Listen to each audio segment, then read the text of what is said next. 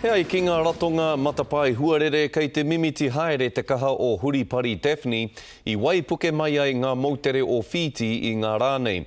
Kei te whakapau kaha tonu ngā uri o Fiji, kei konei e noho ana ki te tuku āwhina ki o rātou whānau, e raru mai rā i te kore hiko, te kore wai, me te kore kai. Kei roto i ngā ringa o ngā whanauna e noho ana ki konei, te whai tākoha hei āwhina i te hunga e noho ana i roto i te korara o te waipuke. The situation is extremely serious and Fiji needs a lot of help.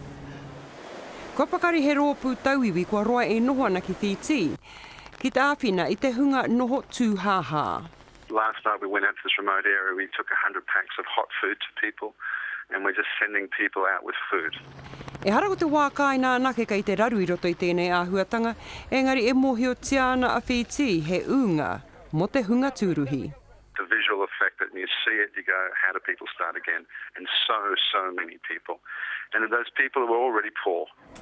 Mai te praire etahi e raru ana ki reira, ina pōkatau mai te rererangi tuatahi e kawe ana i te ruarau ono te kaupāhihi. I tēnei wā e whitu kua mate. Te rāno te Waimaria, ka hore i rahi ake. 2 times I drowned and then the 4th time when I came up and I don't know how I grabbed the tree.